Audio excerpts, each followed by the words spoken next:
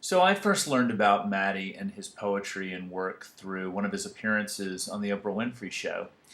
For those in the audience of this website who will be watching this video and learning about Mattie's life and his work for the first time, can you give us a little insight into how Mattie came to be such a remarkable poet, writer, and human being? And to me, it seems that his work was a calling, that it was truly God-given.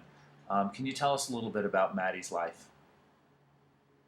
Mattie did believe that he had a calling, yes. Mattie, let me give you a little kind of package on who my kids are. Yes. I had 4 kids in a 4.5 year time span, which makes me a very fertile Irish Catholic woman. It's kind of what we are known for doing. Now, when I'm having those 4 kids, I was running 2 to 5 miles a day. I'm working on a doctoral degree. I'm an active member of my community. No one had a clue I was going to be diagnosed with this condition. So nobody knew what was wrong with my kids as they were being born. But it was clear something was wrong.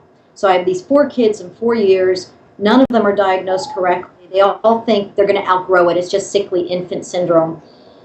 And yet 3 of those kids died during infancy or preschool years. By the time Mattie was 2, now Mattie's my youngest, that's when I was diagnosed with this condition.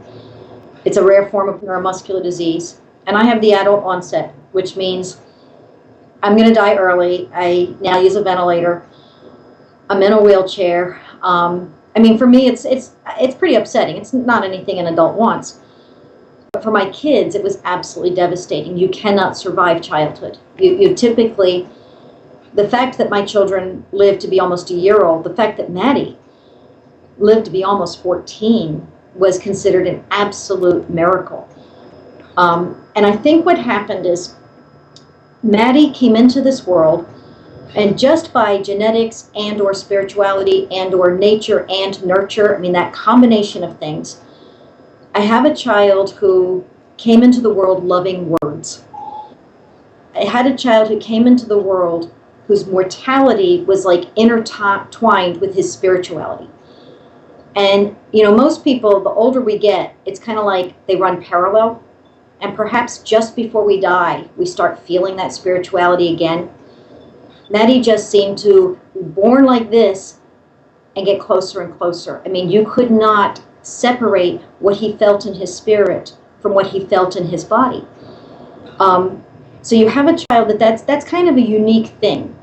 On top of that, he's very bright, learns easy, very wise, and he just had the gift of gab. He was good with words. When his brother Jamie died, that was the only one he knew. The other 2 died before he was born.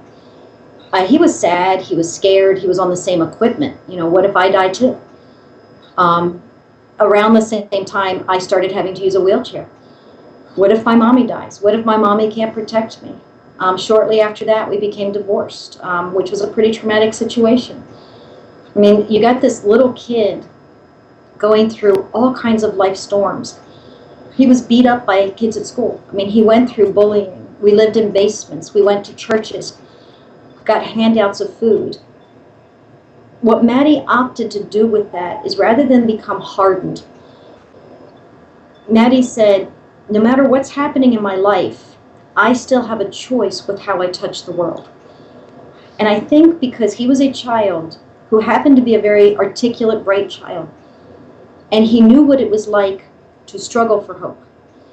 He knew what it was like to lack peace in your spirit, in your home, in your school, in your world. He then could understand how real hope and peace can be if we make that our choice.